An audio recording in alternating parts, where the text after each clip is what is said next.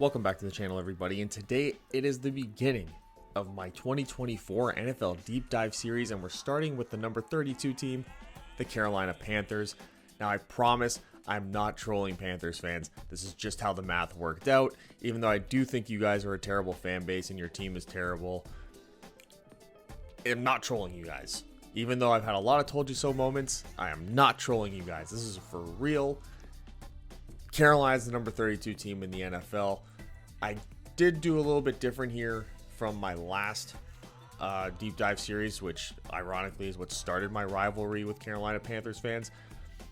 So there's going to be a little bit the different math involved. Some things like, for example, cornerback tackling, cornerback run support. I used as a letter grade more so than a number grade, just because the outside corners, when it comes to the run game, they're not nearly as they don't really contribute as much as, say, an inside slot guy, linebackers, linemen, safeties, all that kind of stuff. So I didn't want to skew the numbers too much to one team or another, because they might happen to have a really good run support corner, but the overall run game is not good, and then that bumps the numbers around, whatever. How I got to the overall grade is the following. Graded out the offense, the pass offense individually from the rush offense, and then 60% of the score from the pass offense was added to 40% of the running score, and that's how I got the total offensive grade. On the defense side of the ball is the same thing, 60% pass defense, 40% rush defense, made the final grade. And then when it came to the defense and the offense combining themselves, it was 60% of the offense, 40% of the defense to create the full team score. And then I graded out the coaches. You're going to see that right there at the top. We're going to start with the coaches. And I took 30% of the overall coaches score and added it to 70% of the overall team score. I thought that was a good formula. It really worked out. The numbers, the best that I could come up with on the top of my head. There was a lot of teams that are really top heavy in terms of overall talent, which would have definitely thrown this off had I not valued the coaching staff at that number. So it was a lot of work. I appreciate you guys being here. Let's get into it. Let's get started. The first one of the year. Try not to keep you guys too long, but we're going deep. That's the whole point. So like and comment, subscribe, and we will start right now. Let's get to it. So this is my 26th ranked coaching staff, which is actually one spot better than the last coaching staff was last year. I have the 28th ranked head coach. It's Dave Canales. Now, he's a brand new head coach, so it's really hard to rank new head coaches, especially first-year head coaches. But I put him at 28. One of the better first-year head coaches that were ranked. He got this job because of the work he did with Geno Smith and Baker Mayfield the last 2 years. That's basically why Dave Canales got the job. His work in Seattle and his work in Tampa Bay the last 2 years, revitalizing the careers of two quarterbacks. They brought him in hoping that he can do that here with Bryce Young, who did have a very rough rookie season. And he brought in my 20th ranked offensive coordinator, Brad Idzik, who is coming over from Tampa Bay with him.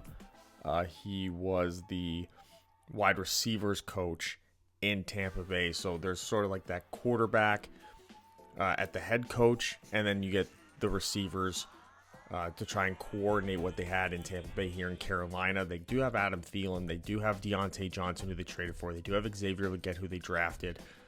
So it's not like they don't have bodies. They also have Jatavion Sanders, a tight end, who could be a split-out wide receiver. So it's not like they don't have the bodies. It's just the lack of experience right now is what's really in question. And can a guy who had a lot of success as an offensive coordinator like Dave Canales take over as the head coach? There's one guy who seems to have 9 lives who didn't take over as the head coach despite people expecting, and that is Ejiro Evero, the defensive coordinator, who's been here through like 3 regimes now. And he's my 16th ranked defensive coordinator. I'm giving him a little bit more credit than I did last year. But that defense last year was still bad. And it was bad with more talent than what they have right now on the defensive side of the ball. So they are in a rebuilding stage significantly on the defensive side. When it comes to adding young players, losing veterans. So Evero's got to prove that he's exactly what Panther fans have been yelling and screaming about this entire time, which is that he's great. He's amazing. He's one of the best in the league. Right now, he's middle of the pack for me. We'll see how that plays out throughout the season and how he adjusts his scheme based upon his personnel also. They got rid of Brian Burns. Who's your number one edge rusher? Well, right now, it's Jadeveon Clowney. So, I don't know about that. I don't know how, nothing against him, but everyone's got his work cut out from there. He's got to develop TJ Johnson, who they drafted last year. Derek Brown's a really great player. They got to figure out who's playing next to him in all these situations. They got an aging linebacker group. Shaq Thompson ain't the same. J.C. Horn can't stay healthy at the cornerback position. They traded Dante Jackson, so they're short in that area as well. They lost Jeremy Chin, the safety. You got Xavier Woods, who's still one of the more underrated players in the entire league at the safety position, but he's got his work cut out for him, man. He really does. And when you get a wide receivers coach going into the offensive coordinator position, how is he going to gather everyone together? We know that him and Canales have worked together. They know how to work together, so there's a huge advantage there. And that's usually why you see a lot of position coaches get coordinator jobs, particularly on the side of the ball of the first-year head coach, because they're bringing in guys that they trust, they know how to work with. So they could probably outperform the 26th best coaching staff.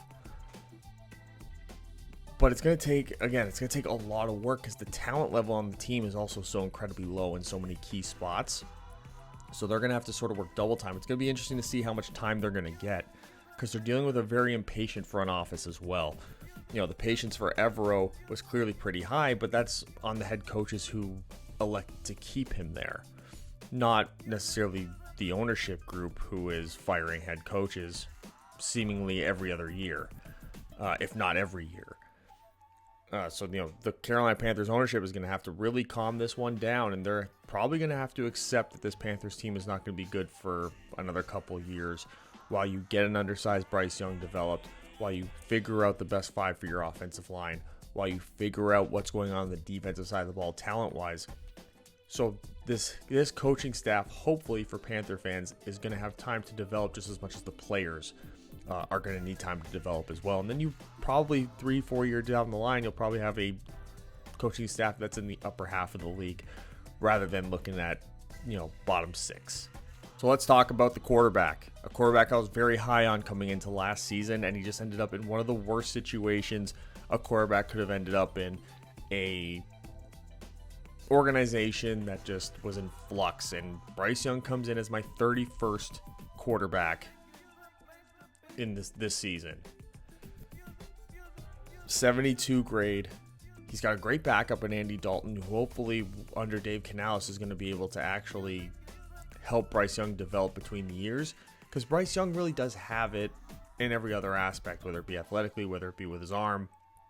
He's really done a great job developing that aspect of his game. But then the difference between a great college player and a great pro is always the ability to process the defense, the ability to escape the pocket, the ability to extend plays, to find the open receiver, to pre-snap reads. All things that Bryce Young really struggled with in his rookie year, which is almost expected. There's very few rookie quarterbacks who don't struggle with those things throughout their season, and he was not in a great situation last year. He did not have a great coaching staff despite Avengers Assembled nonsense that I was hearing. So now maybe Dave Canales is the new quarterback whisperer of the NFL, and this is going to be a huge jump for Bryce Young. And if Bryce Young takes a huge jump, then this entire team's going to take a huge jump, because it's not that he's short on weapons, that's for sure. But he's drastically got to improve. They got to get him in the film room. They got to get him making some better pre-snap reads. I think they should also maybe simplify the offense, because I think that Bryce Young can run an offense very similar to Baker Mayfield. I don't know that their skill sets are all that different. They're both a little bit smaller. They both have really good arm talent, and they both have escapability, and they got some mobility in there to make plays with their legs when required. So it could be the perfect situation for Bryce Young's development. Is just treat him like Baker Mayfield with obviously less experience, and allow him to maybe work one side of the field and then get things more complicated, use play action. I think that would really be something that would lead this team to more success. I think that later in the year is when you're really going to get a chance to see that. And I do wonder if in that time, is Bryce Young going to get beat up? Is he going to end up, injured due to his size and miss a couple games, and then just sort of throw the development into chaos? There's a huge chance that is the case. But they do have Andy Dalton as a backup. They picked up Jack Plummer as an undrafted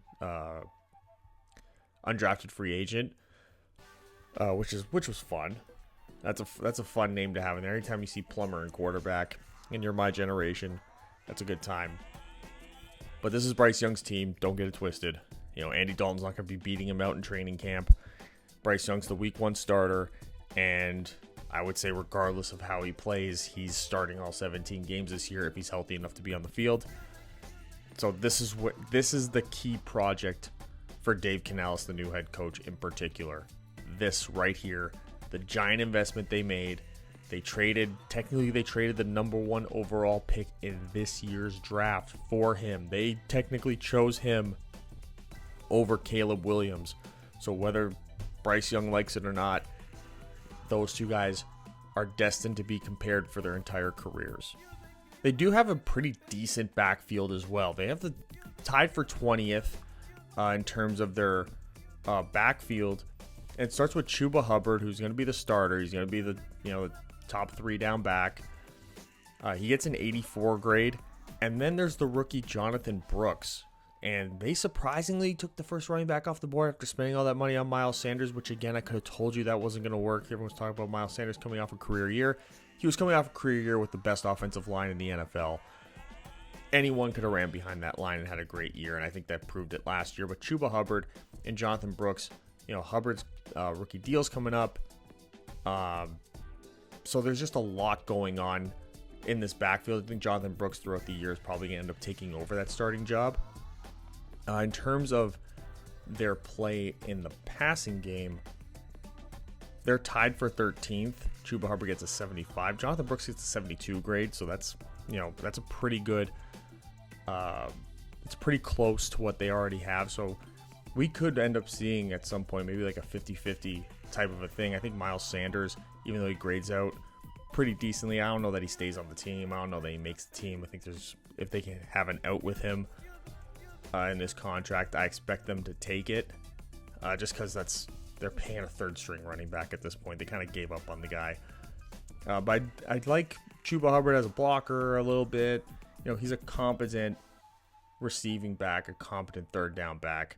But I do expect him to sort of be less and less of a contributor in one aspect of the game, whether it be in early downs or on 3rd down, to Jonathan Brooks, as Jonathan Brooks continues to get healthy from his injury that he suffered in college last year. Because despite that, he was still the number 1 running back taken in the draft. They still invested highly in him. So that has to be taken into account. They see a big role for him long term. They also have the number 14 receiving group in the entire league. Their top 3 receivers. It's a pretty good looking group here. Deontay Johnson and Adam Thielen, I give them both 79s. I feel like their ability to contribute to this team is about equal. Different skill sets. And they got a lot of good balance here. Xavier Legette, who sounds like Boomhauer from King of the Hill, gets a 77 grade. One of the higher graded wide receivers coming out as a rookie. But this is a really good group to be giving Bryce Young. In the passing game, you saw that he's got a good receiving back. He's got good receivers. Will the age of Adam Thielen start to kick in? Adam Thielen had a great year last year as really the only competent receiver on the roster. So as they added more guys here, how much does that affect his production? I think that's something to watch. But I think by the end of the year, he could probably end up being, of these three receivers, the one who gets the least amount of snaps. I think that's possible as well. Especially as the season goes on, you want to maybe give him a little bit more time. And I expect Xavier Legette to probably take over as the number one receiver by the end of the year, sort of like Jonathan Brooks. I think they've really started to rebuild the weaponry of this offense, for Bryce Young with the drafting of Legette and Jonathan Brooks. But they also put them in situations where they aren't expected to be like these mega stars and these mega contributors right away. And I think that's really a really smart move by the organization to do that. You put two veterans out there. You got two veterans in the backfield there, so they can learn how to be a pro. And the depth of this receiver group isn't that bad either. David Moore is there, 70, Terrace Marshall, Jonathan Mingo, Amir Smith-Marset. They all can come in and contribute as wide receiver 4s and 5s. That's going to be where the real competition is. I think the problem with Terrace Marshall and Jonathan Mingo in particular is that they weren't drafted by this regime. So when you're not drafted by a particular coaching staff and front office, whatever, and you're not someone like Bryce Young, who they invested a lot in, that usually means that you're much more expendable. And I think when they drafted Xavier Legette, that sort of did that for Terrace Marshall and Jonathan Mingo. It sort of made them the backup to Xavier Legette. So they're going to be really competing for that role. I expect only one of them to make the team just for that reason. Smith-Marset is a great special teams contributor, so I feel like he sort of makes the team. And then David Moore would be a backup slot type receiver coming over from Tampa Bay who has experience in the Canales offense. So if things start to sort of go wrong, he can be somebody they can put in just because they know he knows what he's doing in the offense. He knows all the calls. He knows all the alerts. He knows all that stuff from his time in Tampa, where he actually, when he got on the field last year for Tampa and the year before that, he actually didn't play that bad. So he's not by any means somebody you want as one of your top three receivers, but as a sub wide receiver 4, I think he can be, in this system, a high level contributor compared to other people in that same spot on the depth chart. They also come in with the 22nd ranked tight end, and it's rookie Jatavion Sanders, who really fell in the draft, and I understand why. He didn't work out very well. He ran a little bit slower than people would have liked. So he understandably fell down draft boards, but I think he fell a little way too far.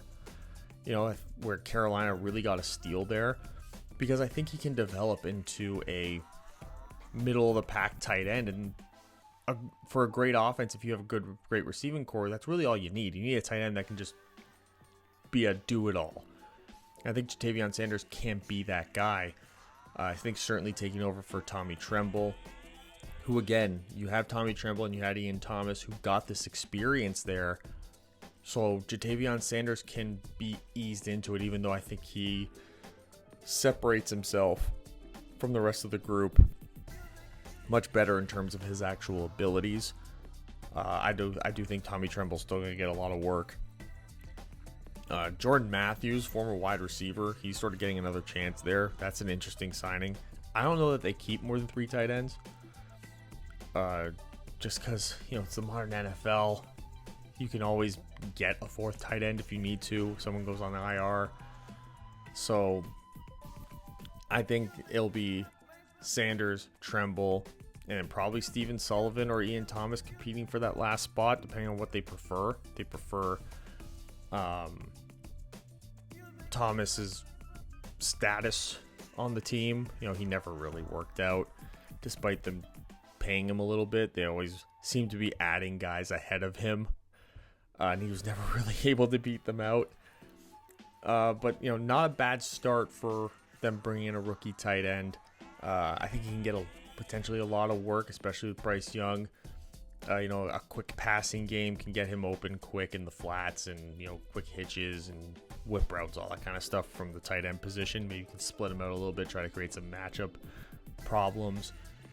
So it'll be interesting to see how they utilize him, considering, we saw Cade Otton get used last year. He got used pretty inconsistently. And the year before that, Noah Fant in Seattle, who didn't really ever contribute at a high level. Will Dissly kind of did, I guess, but he's a much better inline blocking tight end than a receiving tight end. So it'll be interesting to see how Canales uses the tight end position, considering they drafted one who conceivably is the starter coming into the season.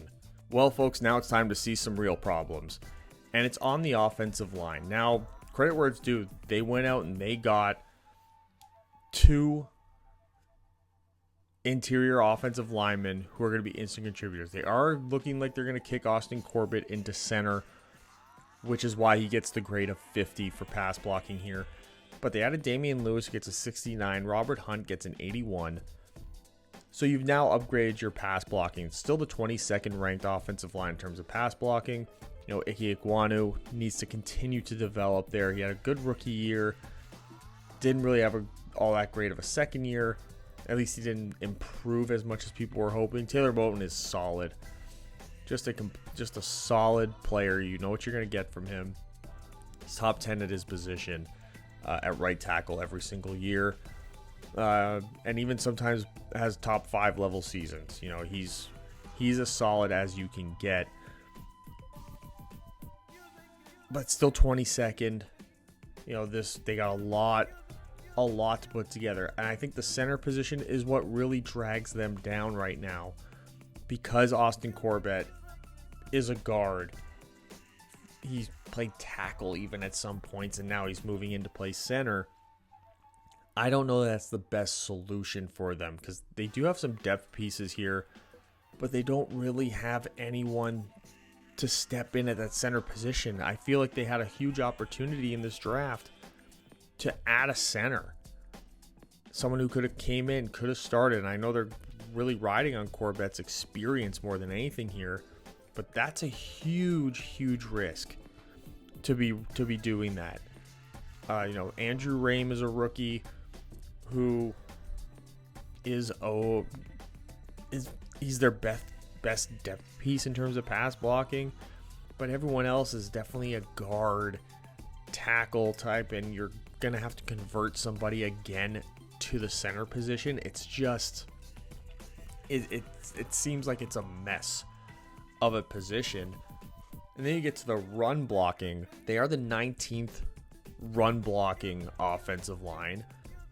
Damian Lewis, who they brought in, is not particularly known for that. Austin Corbett, again, converted is center. He's just not.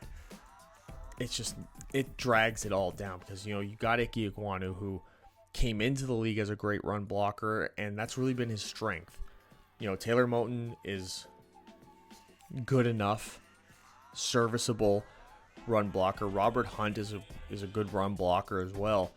So how they figure out, I feel like if they can just improve on the center. If Austin Corbett comes in, he plays like a top 15 center, then this is a top 15 offensive line probably in both aspects of pass blocking and run blocking. But that's going to need a drastic improvement over what they had in the rest of the league. Losing Bradley Bozeman, I don't understand that. Bozeman, maybe wanted too much going to the Chargers. But I feel like if you kept him, this would have made things so much better moving forward. Because you don't really have, Cade Mays is a really good run blocker. He's a serviceable run blocker. That's where he can really actually compete for snaps, if that's even a thing.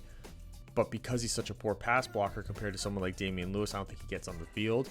So Cade Mays, kind of in the same spot as Austin Corbett, is, competing for center snaps from guys who again, played tackle in college a little bit, played guard in college in the pros, and now it's like you guys are both stuck having to try and play center. I personally, for the sake of the Panthers team, hope that they kind of go out and get a center. Whoever may be on the market, no one in particular really comes to mind, but a true center, I think, would at least be a slight improvement over what they have at the very least. But, maybe it's one of those things where you just want to put a veteran out there, a high IQ football player like an Austin Corbett who's got all the experience. He plays center, and it helps Bryce Young develop more. I could see that logic as well, and then next year worry about getting your true top-level center if Austin Corbett doesn't develop and become that throughout the year, which at his stage in his career, I wouldn't anticipate it. So let's just break down the positional summaries here. So they got the 72 quarterbacks, 75 receiving backs, 78.3 graded wide receivers, 76 tight end, and a 70.6 pass blocking.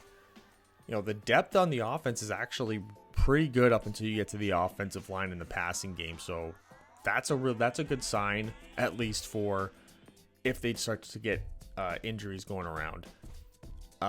In the run game, quarterback run, the grade for Bryce Young's run wasn't high enough for me to add as a contribution. So you'll see that throughout as well. I had 10 quarterbacks graded that became significant run game contributors. But running backs, 84, they get 69 run blocking, and their wide receiver tight end blocking, I'm giving a C. Which I get the letter grade, and then that sort of just is a percentage bump up for the overall grade. In terms of depth, they got good running back depth, and again, the offensive line depth just not there, and the wide receiver tight end blocking is just one grade below. So when you look at the overall grade, the overall offense gets a 73.72 total score, good enough for 30th in the league. Their passing offense, 74.4 for 29th, and their rushing offense, 72.7, tied for 26th in the league. And really, I think we saw it. Their problems are going to start with pieces on the offensive line and making sure their quarterback can develop. If their offensive line can get it together and the quarterback can play like a top 20 quarterback, then this offense is obviously going to be much better than what these grades were. But that's really all on the coaching staff being able to get those guys functioning, getting a good scheme together that's easy to run and is going to have high percentages of success for the quarterback in particular. Now let's move on to the defense, and this is the encapsulation of what I was talking about with this defense. They have the last ranked edge rushing group in the entire league. Now, Jadeveon Clowney gets a grade of 78. Like I said, I like him. But at his age, as a full-time 3-down edge player, that's not good. You got DJ Wanham, who I'm just like, I don't get it. He's one of those guys that just keeps getting a job in a bunch of different places. But this is what you're dealing with, guys. That's why I was talking about you got to develop some of these younger guys, and that's going to be on Evero and his staff. You got to get a guy like DJ Johnson, who right now he grades out as the worst edge rusher on the team. That's not great. You got Luigi Villian, you got Amari Barno, you got Kayvon Chason, who bust first-round pick. Eki Leota.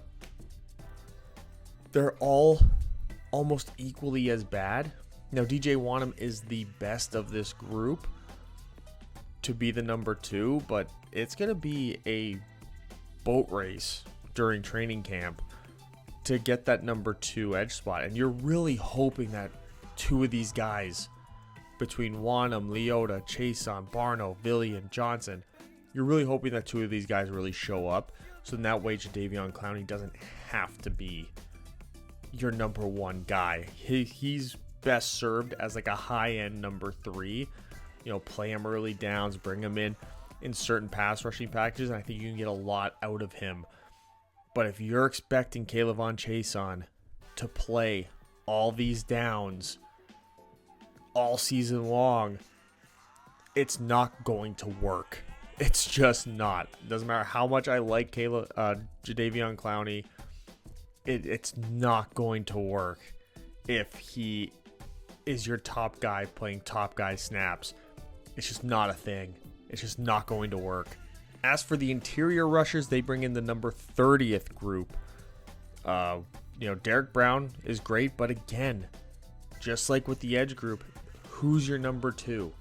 Who's that second guy on the inside now that's coming in on third down to play next to Derek Brown, who is a really good overall interior defensive lineman, can play all 3 downs really effectively, can play across all the interior techniques. Just a great player. But is it Shy Tuttle, who's, by my estimation, the best option right now? Or is it one of these guys here? Is it Raekwon Williams? Is it Nick Thurman? A'Shawn Robinson? They got Jaden Krumeti, rookie. Is he the one that steps up and has to do it? LeBrian Ray might be just not nearly good enough. It's the same scenario for the edge group. Unlike Jadeveon Clowney, Derek Brown is somebody that you want on the field for all 3 downs. So there's an advantage there that you have over the edge group with the interior guys on passing downs. But it's another situation where it's like, man, you're just so desperate to find somebody else because you just know that they're going to dedicate 2 guys to Derek Brown at all times. He's going to be the guy on the D-line that they identify. So it's going to be up to these other guys to manufacture that pass rush. And when you got the last ranked edge group and the 30th ranked interior group, there's not a lot of pass rush coming the way of the opposing offense. And when you got a guy with the experience of Kirk Cousins, you got a guy with the experience of Derek Carr, and you got the guy with the experience of Baker Mayfield in your division, you're handing away 6 games to teams that have actual really good weapons as well. So you're hanging out your defensive back group to dry here if you can't get a pass rush against Mike Evans, Chris Godwin, Drake London, Kyle Pitts, Chris Olave. Like, there's a lot of talent out there. So even if you have these quarterbacks who are like hovering around like top 15, top 20 quarterbacks, if you can't get a rush on them, they're still NFL quarterbacks. If you can't rush an NFL quarterback, they will pick you apart no matter who they are. So that's the real fear that the Carolina Panthers are going to come into right now with this front four, is the absolute inability to get after the quarterback. And here's their linebacker group for linebacker coverage, and it's the 31st ranked linebacker group for pass coverage. Josie Jewell comes in with a 64. Shaq Thompson comes in with a 62. Panther fans, it's not 2018 anymore. Okay? It's not. Shaq Thompson is certainly on the downside of his career. Is it because he's not surrounded by all this talent anymore like he's used to? That could be it. He's not capable or maybe comfortable as playing as freely as he used to. He's definitely not going to feel that way with the current talent level of this roster. Got the hiccups here. So you don't really have a linebacker in coverage. You don't really have it. So now you're going to have tight ends and running backs where maybe now you got to play a lot of zone and sort of manufacture coverage and hope that you run into teams that running a lot of mesh and whatnot, and you can run some cover 2 and get away with slowing these teams down that way. But again, just like the other position groups we covered, there's not a lot of depth here. They drafted Trayvon Wallace in the 3rd round. To me, that was a huge overdraft. A tremendous overdraft there. Because to me, I don't see how he gets on the field in these key situations when he's not even the best rookie on the team in playing in pass coverage. That's Michael Barrett. So this is a really, really interesting group in that I guess they drafted Trayvon Wallace to sort of slowly work him in with Josie Jewell and Shaq Thompson already there. But there's this key aspect of Trayvon Wallace's game that he's going to really have to develop here in order for it not to be another situation where they overdrafted a player in the third round in back-to-back years on the defensive side of the ball who just won't end up being contributors. DJ Johnson last year, could that be Trayvon Wallace this year? Now we're going to the cornerback group, and this is the 26th ranked corner group. You got Dane Jackson, you got Troy Hill, and you got J.C. Horn. Now, J.C. Horn grades out at a 73, and I know the Panther fans, they did this last year. You're screaming, you're yelling, you're hollering, you're complaining about J.C. Horn and his production when he plays. And to that I say, when he plays. It's really tough to give somebody a high grade when they're never on the field. And J.C. Horn is almost never on the field. That's just how it works, how it is for him. Lots of injuries, which is leading to low levels of overall production, which means his contributions to the team aren't high. They're minimal. There's great contributions when he's actually on the field, but they've been minimal. And how long will they sustain this? There was talks about trading him in the offseason because of those reasons. I guess no team was valuing him. You know, I valued him at like a 4th round pick, and that seemed, I guess that was not even what he was valued at, because I feel like if they were going to get a 4th round pick for him, they would have taken that, because this cornerback class was actually really good. So had they traded him, I would have expected them to maybe go cornerback in the 2nd round, which would have thrown Jonathan Brooks's status with the team into some butterfly effect work there would have happened. But there's a lot of just across the board here averageness in terms of what they're going to be able to contribute. I feel, they got Shao Smith-Wade, who's actually a pretty good rookie to bring in. AJ Parker's got some experience so the depth isn't all that bad compared to other positions. It's just finding consistency in the high level of production. Even if J.C. Horn is a 17-game starter this year and plays like a top 10 cornerback, I don't know that it could raise the ship all that much, just because who else is going to step up into that position? To Dane Jackson, Troy Hill, is it a rookie? It's going to be interesting to see how they work out that other cornerback group, and then what this cornerback group is going to look like when J.C. Horn almost inevitably finds himself on the injured list. Now, this is the best position group that they have in terms of the pass coverage. It's tied for 15th in the league, and it's their safety group, and it really builds off of Xavier Woods. He's, again, extremely underrated in this aspect of his game. Really like him as a player here. Finding a number 2, again, that's really the story with this team in general. It's having one guy at each position and then question marks at who plays opposite of them on the field. They got some interesting depth here. Jordan Fuller, Jamie Robinson. They drafted Damani Richardson. They have Nick Scott, who was just beyond terrible last year. Beyond terrible.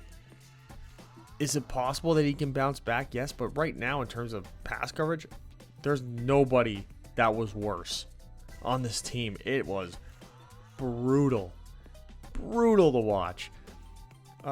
Jordan Fuller is almost like an early down safety that you're going to see. I think he could be a good 8th man in the box.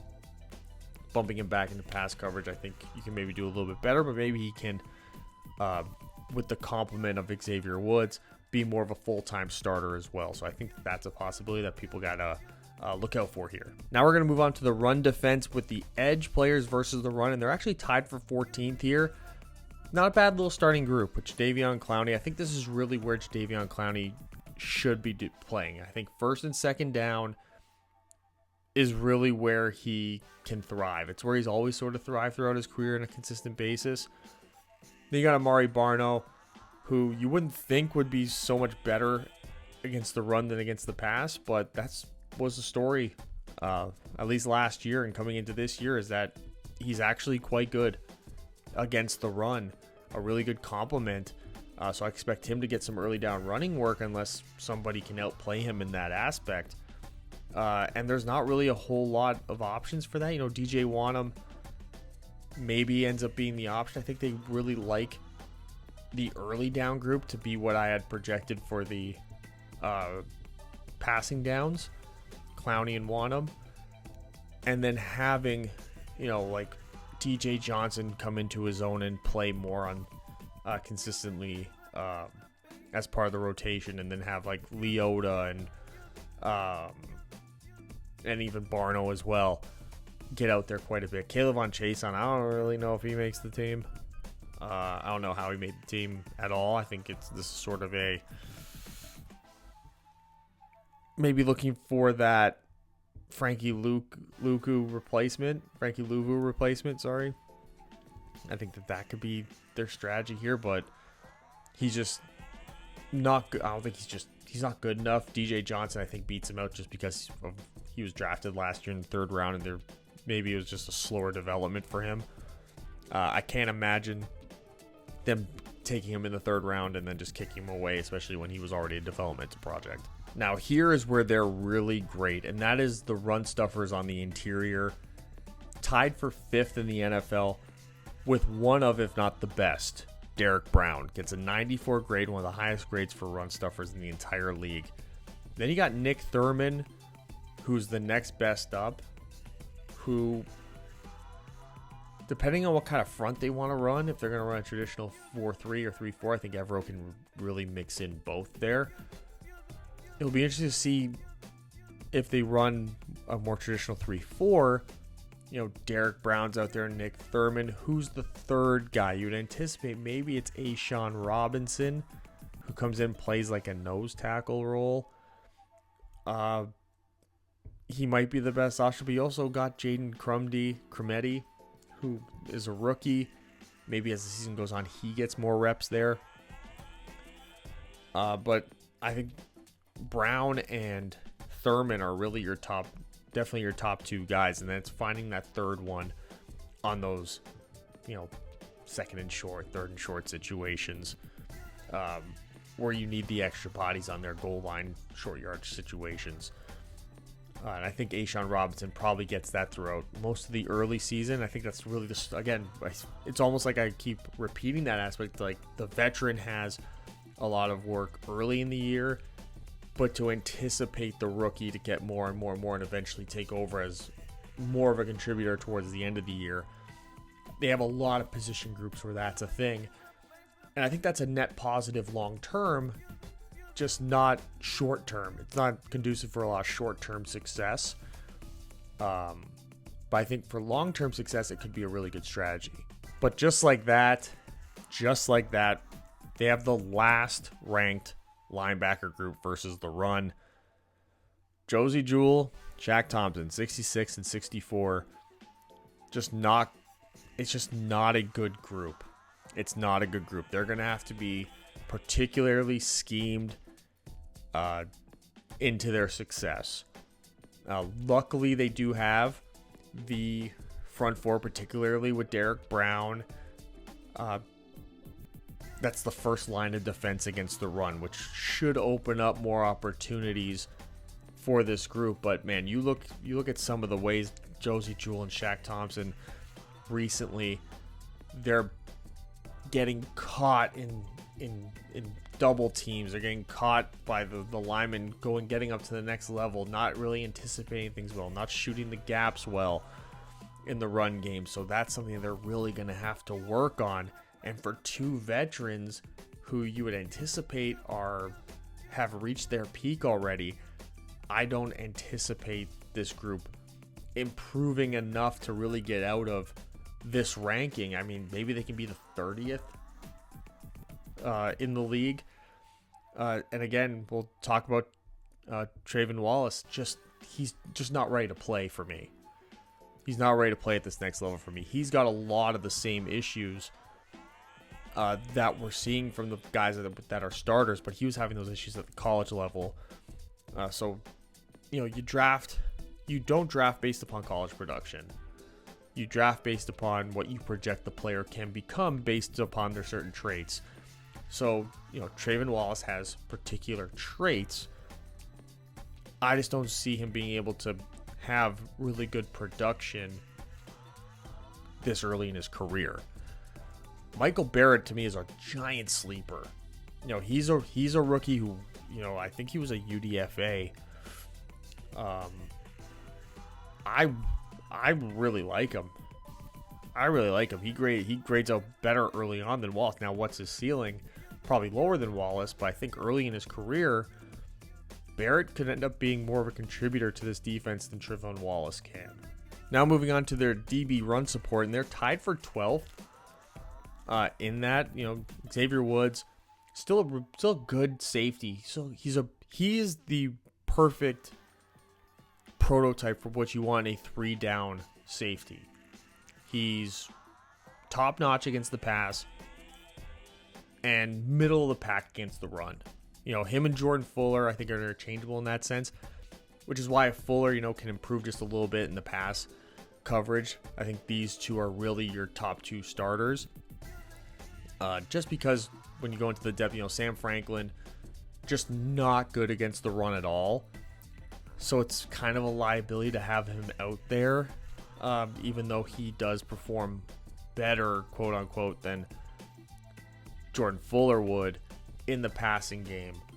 Damani Richardson, keep an eye on him being used as a third safety in run support. As he develops as well, that could become a thing. Nick Scott, that's a real interesting situation. Does his past production, those little moments throughout his career where he looked like he was going to be really good, like when he was in Cincinnati, when he was in with the Rams? Or is this the guy that we got just last year in Cincinnati? It's going to be, that's a situation to really watch throughout the offseason process, workouts, and training camp, is Nick Scott. So we run through the positional summaries here again, and I think, again, the issues are a lack of depth in the front four. They're going to be a good group, a decent group against the run, but man, when they get into the passing situations, it could get ugly quick, especially because you got a guy like Jadeveon Clowney who his overall production is going to drop as the year goes on. So you're going to need somebody in that depth group of 58.3 to show up, and that's going to take a lot of hard work from this coaching staff and the training staff. A lot of groups sitting towards the bottom. You get cornerbacks and run support as a C. So that ups it a little bit. Keeps it more consistent with what the other four numbers add up to there. But once you get into the depth of the cornerback run support, you're slowly getting worse and worse. So that JC Horn picking up an injury could significantly affect this team in both aspects, and make things a lot harder on the defense, which is another thing that at this point you have to anticipate it happening, because it's been the story of his career so far. So that's unfortunate, but if he can turn it around, he can maybe raise up a couple of ranking spots here for the defense. So here's what the total defense looks like. They are the last ranked total defense with a 70.5, with the last ranked passing defense 69.7. They are 18th in run defense. It is the best thing that they do as a team, 71.7. But that really does, at the end of the day, tell the story of why this is the last ranked team. So we take a look at the overall scores. It's a 73.79 grade. That's last in the entire NFL. Coaching gets a 77, which is good for 26th. Total offense, 73.72, 30th in the league, and then 70.5. Total defense, last in the entire NFL. The coaching staff just not quite good enough to raise up the lack of talent as it currently stands. But also, I think it's fair to say this coaching staff's job is to not make this team good this year. It's to make sure this team is going to be good 3-4 years down the line with Bryce Young, Jonathan Brooks, Xavier Legette, Ike Ekwonu, Derek Brown, DJ Johnson, Trevon Wallace, JC Horn, all those guys being considered top 15 at their position come that time, come the end of the Dave Canales contract, where he could potentially there be looking for an extension if all works out, and will be kicked to the curb probably slightly before that if it doesn't seem like he's been able to raise up the 30th ranked offense and 32nd dead last ranked defense. And there it is, all that painstaking work just to get trolled in the comment section by Panther fans who are still delusional about their team's abilities. But I appreciate you guys all coming back and watching. 31 more videos to go. And then I do a mock draft there at the end. So technically 32 videos more to go. And I appreciate you guys joining me all summer long for this. Thank you to that franchise guy for inspiring this. I want to put my own spin on it. I got different opinions than he does. But overall, this is a really fun series to do. And it's always been a fun series to watch as well. And I hope you guys had a good time. And I'll see you guys with the next video next time.